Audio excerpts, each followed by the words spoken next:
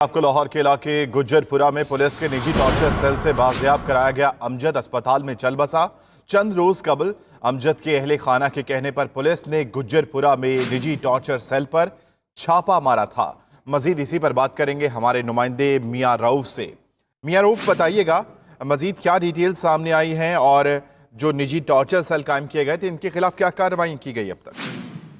ये बिल्कुल गुजरात पुलिस ने चंद रोज पहले एक खाना जहाँ पे तशद्दुद करते थे, मुलजमों को गैर कानूनी तौर पे उठा के इन पर ना सिर्फ तशद्दुद किया जाता था बल्कि इनसे रिश्वत लेकर इनके छोड़ा भी जाता था। इसी सिलसिले में अमजद जो समनाबाद के रहशी है, इसे चोरी की मोटरसाइकिल के इल्जाम में इसे उठाया गया था, जबकि ये बेगुनाह था।